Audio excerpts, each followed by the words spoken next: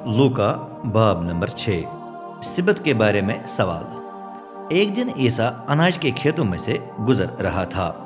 चलते चलते उसके शागिर्द अनाज की बालें तोड़ने और अपने हाथों से मलकर खाने लगे। सिबत का दिन था।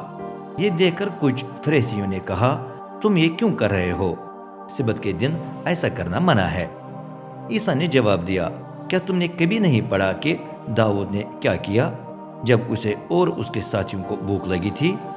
वो खुदा के घर में दाखिल हुआ और रब के लिए मखसूस शुदा रोटियां लेकर खाएं। अगरचे सिर्फ इमामों को इन्हें खाने की इजाज़त है, और उसने अपने साथियों को भी ये रोटियां खिलाई। फिर ईसा ने उनसे कहा, इब्ने आदम सिबत का मालिक है। सूखे हाथ की शफा। सिबत के एक और दिन ईसा इबादत खाने में जाकर सिखाने लगा। वहां एक आदमी था जिसका दाहिना हाथ सूखा हुआ था। शरीयत के आलिम और फरीसी बड़े गौर से देख रहे थे कि क्या ईसा इस आदमी को आज भी शिफा देगा, क्योंकि वो उस पर इल्जाम लगाने का कोई बहाना ढूंढ रहे थे। लेकिन ईसा ने उनकी सोच को जान लिया और उस सूखे हाथ वाले आदमी से कहा, उठ दरमियान में खड़ा हो। चनाचे वो आदमी खड़ा हुआ। फिर ईसा ने उनसे पूछा, मुझे बताओ, शरीयत हमें सिबत के दिन क्या करने की इजाजत देती है? नेक काम करने की या गलत काम करने की? किसी की जान बचाने की या उसे तबाह करने की?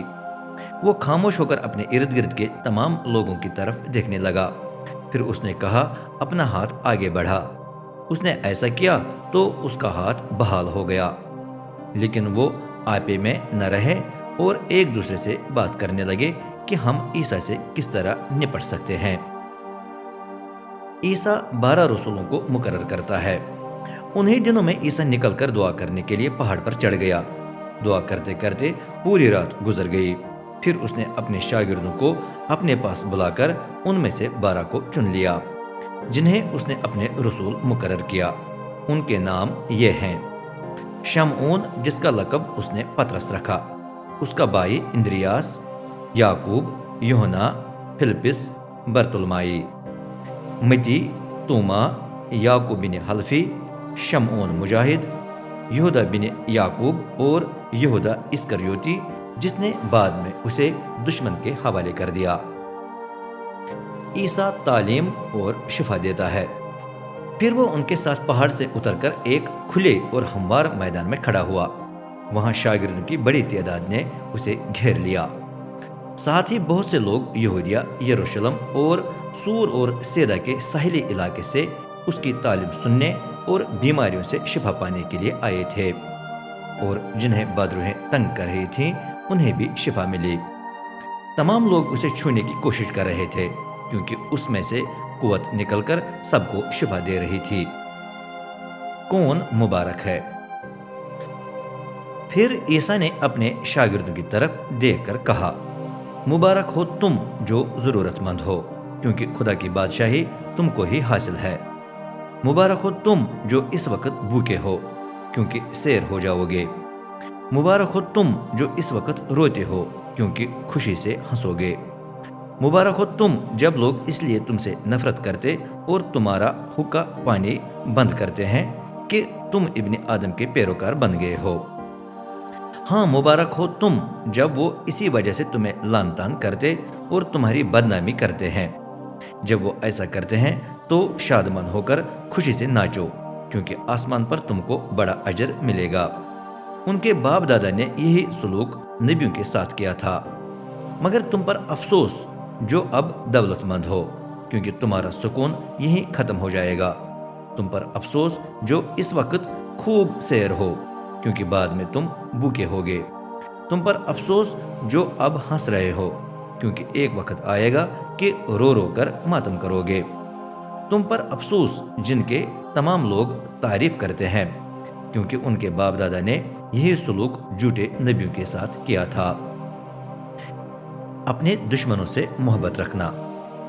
लेकिन मैं तुमको जो सुन रहे हो ये बताता हूँ, अपने दुश्मनों से मोहब्बत रखो और उनसे भलाई करो जो तुमसे नफरत करते हैं। जो तुम पर लानत करते हैं उन्हें बरकत दो, और जो तुमसे बुरा सलूक करते हैं उनके लिए दुआ करो। अगर कोई तुम्हारे एक गाल पर थप्पड़ मारे تو اسے دوسرا گال بھی پیش کر دو۔ اسی طرح اگر کوئی تمہاری چادر چھین لے تو اسے قمیص لینے سے بھی نہ روکو۔ جو بھی تم سے کچھ مانگتا ہے اسے دو، اور جس نے تم سے کچھ لیا ہے اس سے اسے واپس دینے کا تقاضا نہ کرو۔ لوگوں کے ساتھ ویسا سلوک کرو جیسا تم چاہتے ہو کہ وہ تمہارے ساتھ کریں۔ اگر تم صرف انہی سے محبت کرو جو تم سے کرتے ہیں تو اس میں تمہاری کیا خاص مہربانی ہوگی، گناہگار بھی ایسا ہی کرتے ہیں۔ اور اگر تم صرف انہی سے بھلائی کرو جو تم سے بھلائی کرتے ہیں تو اس میں تمہاری کیا خاص مہربانی ہوگی، کیونکہ گناہگار بھی ایسا ہی کرتے ہیں۔ اسی طرح اگر تم صرف انہی کو ادھار دو جن کے بارے میں تمہیں اندازہ ہے کہ وہ واپس کر دیں گے، تو اس میں تمہاری کیا خاص مہربانی ہوگی، گناہگار بھی گناہگاروں کو ادھار دیتے ہیں جب انہیں سب کچھ واپس ملنے کا یقین ہوتا۔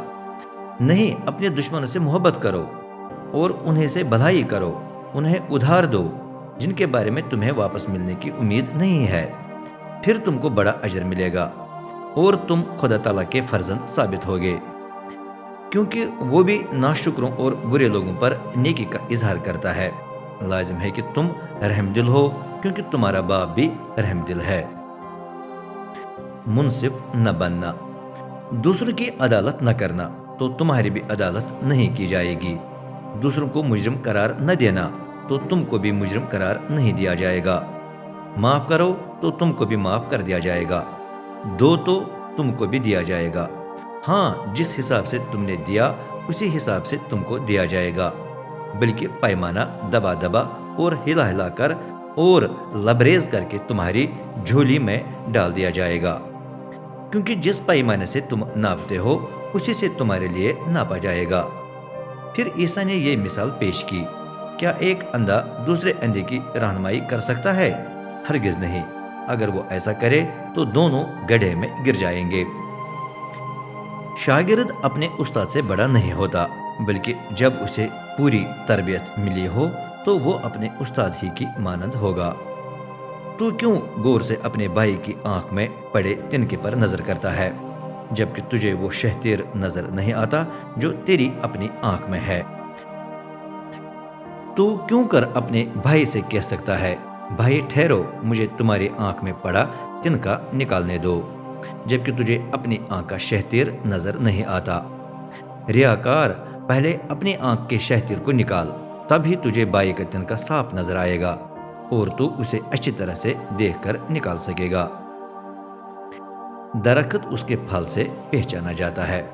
نہ اچھا درخت خراب پھل لاتا ہے، نہ خراب درخت اچھا پھل۔ ہر قسم کا درخت اس کے پھل سے پہچانا جاتا ہے۔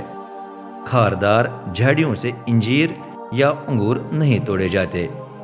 نیک شخص کا اچھا پھل اس کے دل کے اچھے خزانے سے نکلتا ہے، جبکہ برے شخص کا خراب پھل اس کے دل کی برائی سے نکلتا ہے، کیونکہ جس چیز سے دل بھرا ہوتا ہے وہی چھلک کر منہ سے نکلتی ہے۔ دو قسم کے مکان۔ تم کیوں مجھے خداوند خداوند کہہ کر پکارتے ہو، میری بات پر تو عمل نہیں کرتے؟ لیکن میں تم کو بتاتا ہوں کہ وہ شخص کس کی مانند ہے جو میرے پاس آ کر میری باتیں سن لیتا ہے اور اس پر عمل کرتا ہے۔ وہ اس آدمی کی مانند ہے جس نے اپنا مکان بنانے کے لیے گہری بنیاد کی کھودائی کروائی۔ کھود کھود کر وہ چٹان تک پہنچ گیا، اسی پر اس نے مکان کی بنیاد رکھی۔ مکان مکمل ہوا تو ایک دن سیلاب آیا، زور سے بہتا ہوا پانی مکان سے ٹکرایا، لیکن وہ اسے ہلا نہ سکا کیونکہ وہ مضبوطی سے بنایا گیا تھا۔ لیکن جو میری بات سنتا اور اس پر عمل نہیں کرتا وہ اس شخص کی مانند ہے جس نے اپنا مکان بنیاد کے بغیر زمین پر ہی تعمیر کیا۔ جو ہی زور سے بہتا ہوا پانی اسے ٹکرایا تو وہ گر گیا اور سراسر تباہ ہو گیا۔